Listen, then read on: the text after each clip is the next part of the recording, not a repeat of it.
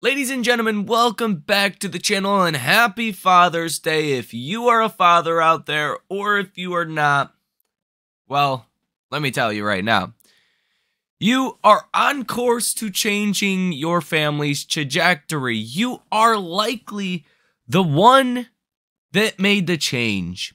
And over the next coming years, you'll have your opportunity to create a much better future for your family tree.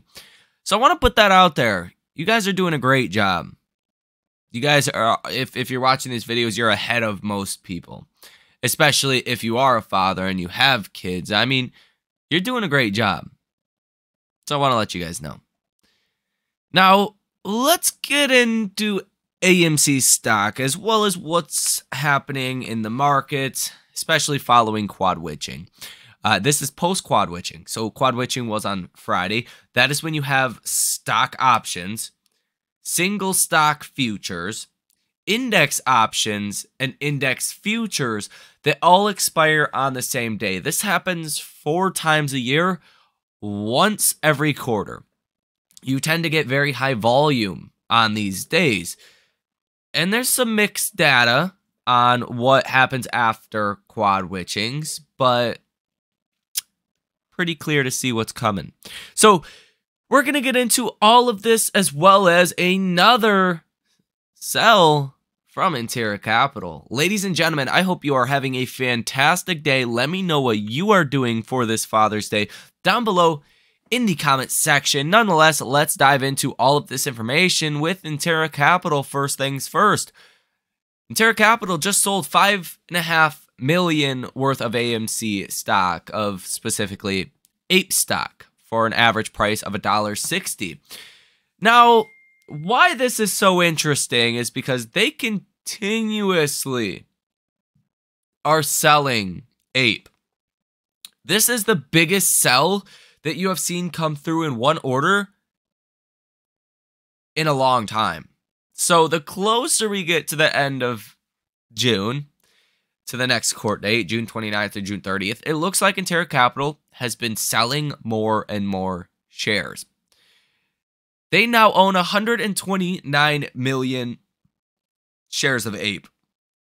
Just last week, they owned 136 million shares, decreasing their overall share position by over 7 million shares in the past week. If the selling continues on this pace, they're going to have around 100 million shares heading into the end of the month. If it gets more aggressive in their selling, then they could have even less than that. Now, I talked about this in multiple videos now, but I'll say it again for anyone that did not hear. This could be a sell the rumor, buy the news kind of event, where everyone is expecting this conversion to go through and AMC stock to fall. Typically, the 90% or the vast majority of people that expect something to happen, usually they're wrong.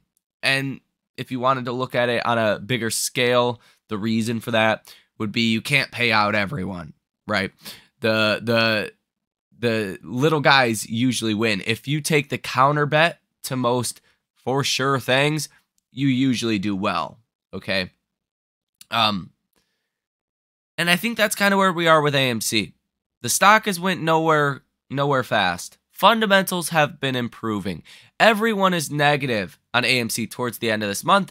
Could actually turn out to be a positive time, a good time to be an investor in AMC. And I came to this conclusion last week that, like, what's going to come from here? Everyone's so negative. It's got to be a bullish towards the end of this month. Obviously, upon the initial reaction from the markets, could be negative, right? That's a possibility. You might fall June 29th or June 30th. But I think subsequently following that, you do rally. Now, history is also on your side. Every time AMC has raised capital in the past, the stock has also rallied. So it's not just this concept that I'm coming up with. It's literally, quite speaking, every time AMC has raised capital in the past, the stock has rallied. Now, there's a couple ways to look at this, right? Sell the rumor, buy the news. Yeah, that's one part of it. But AMC fundamentally, if they don't raise capital, they're going to be in a bad spot. They're going to have to raise capital in some form or another. So if this did not go through and the reverse split could not happen, while I think that would be an initial bullish reaction, I think it would be followed by a negative reaction in the markets, because how's AMC going to raise any more capital? They need shareholder approval to issue any more shares, and that doesn't look likely as well.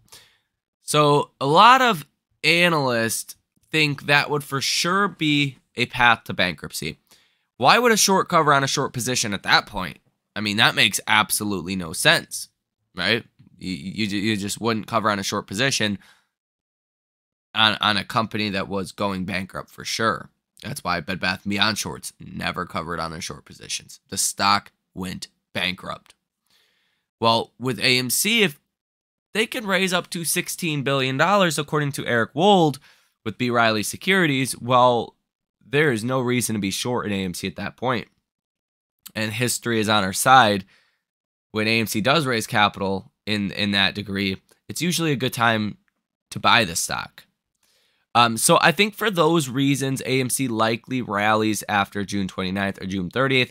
We probably get a conclusion to all of this. The courts probably let the settlement go through. Maybe we get a larger settlement. And sure, that would be positive. But overall, this would be a positive for AMC's stock. Now, the stock has basically done nothing ever since that February rally that we have seen. Now, markets have really not been in a place that has been conductive of a rally in small and mid-cap stocks. Only recently have they started to do well, and AMC started to rally as well during the same time period. Last couple days, small cap stocks, mid-cap stocks have not been doing so well. So AMC is kind of following the markets in that degree, although it is underperforming on the good days and overperforming on the bad days. Right, so that's kind of the overall situation that we are in. Couple of risks to this market would be the fact that we have Fed Jerome Powell this week. Now, the summary of economic projections that came out on Wednesday of last week was very negative, showing 2 more rate hikes. Inflation is going to stay higher than what the Fed initially thought. At the same time, unemployment not going to rise as much as they initially thought in March. And GDP is going to be better than expectations. So higher interest rates for longer is essentially what you could get out of the summary of economic projections. More than expectations that the markets had, right? Markets were expecting maybe 1 more rate hike. Well, now we're expecting 2 more rate hikes and very few rate cuts coming down the line. And markets actually rallied off of that. Maybe because it was quad witching. We'll talk about that here in just a second. But Fed Jerome Powell is going to speak on Wednesday as well as on Thursday. Now, Fed Jerome Powell was very dovish during his speech. He was like not really trying to hammer home the hawkishness of the summary of economic projections. Maybe he messed up. Maybe he wanted to sound more hawkish than he did. A lot of those questions are not scripted. So he kind of just freeballed it, if that's the word you want to use.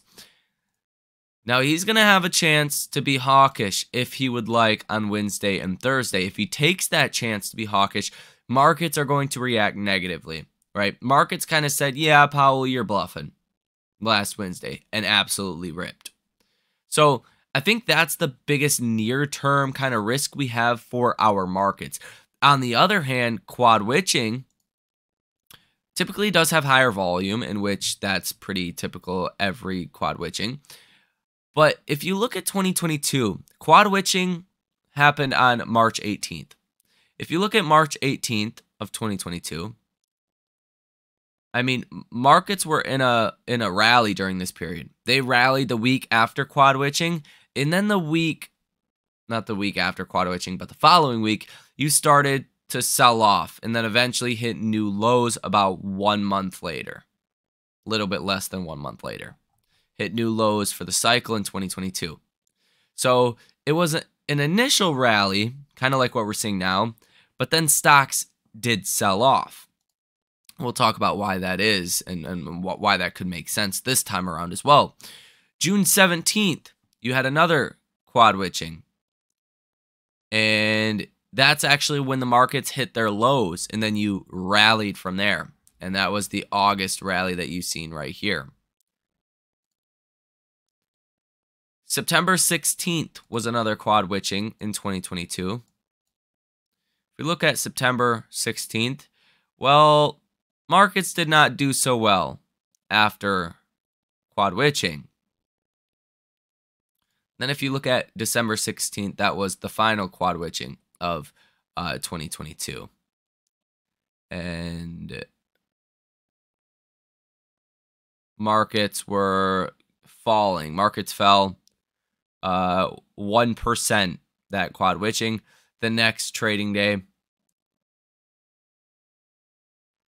you fell 1%, and then that following week, you actually bottomed out and started to rally. So what this looks like to me is typically when you have quad witchings, if you are at a low point, you tend to rally.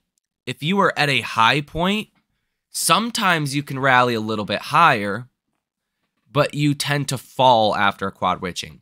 So where are we at right now? Well, markets have rallied.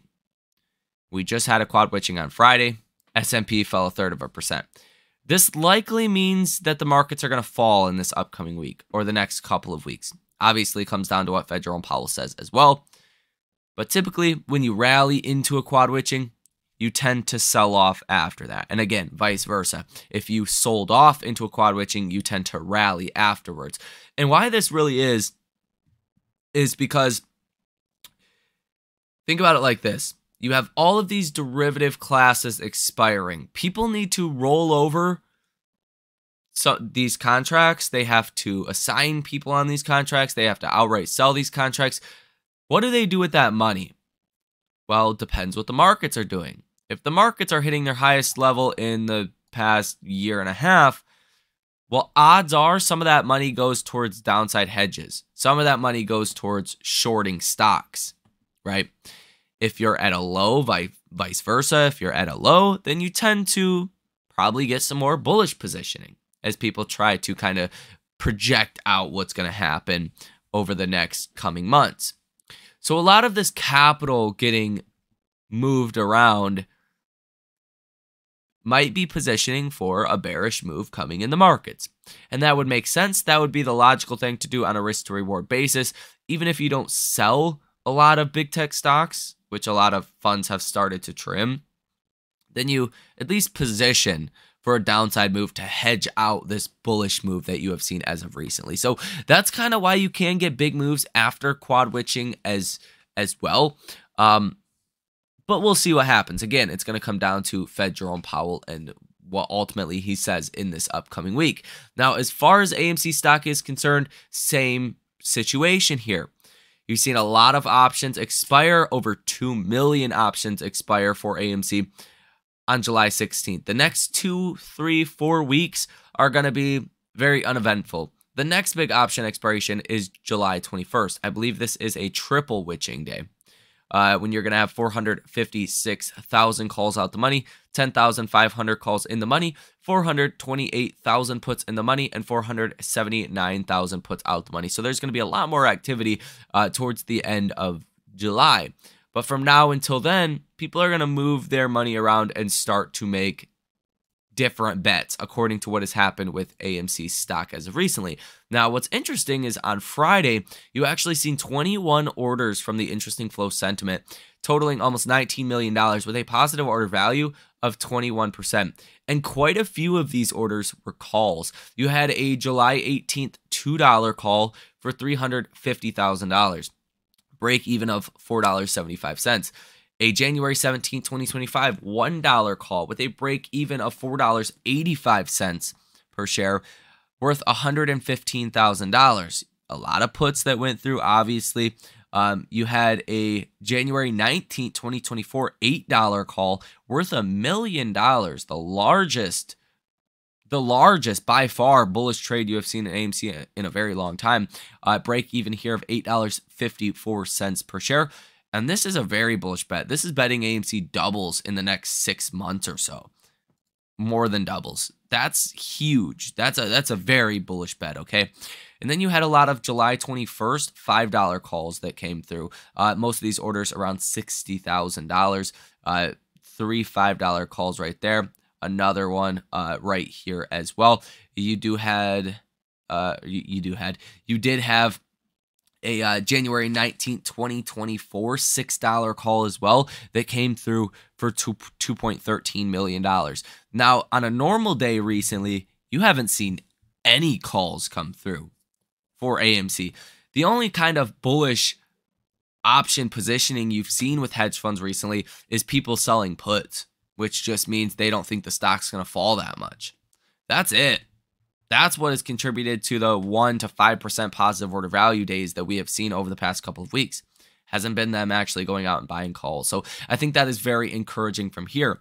Now, if you think about it as well, after the end of this month, after June 29th or June 30th, there's going to be a massive short interest and a lot less reasons to be short in AMC. And I think that in and of itself makes me pretty bullish. Now, if you look at the Ortex overview, you got a short score of 94, $580 million worth of short positions in AMC, 23.5% short interest on free flow out on loan at about 38%, days to cover at 8.5, and 100% share utilization. If you take a look at some of these cost to borrow fees, cost to borrow max at almost 300%, cost to borrow average 220%, cost to borrow minimum of 144%. Interactive Brokers live numbers, about 700,000 shares currently available to be lent out with a cost to borrow fee of 97%. So you're definitely seeing some pressure that's going to be put on shorts in the near term. It looks like things such as quad witching or this thesis that I have of sell the rumor, buy the news, probably going to give you a bullish reaction in the month of July. And it looks like hedge funds are positioning, at least starting to position for that upside move with some of the purchases of calls that we've seen on Friday, guys. So things are starting to look up for the apes. That is it for this video. Let me know what you guys are doing for Father's Day down below in the comments section. Thank you for watching. If you want to come trade with me live in real time, link down below in the description of this video as well. You guys have a great rest of your day, and I will see you in the next one.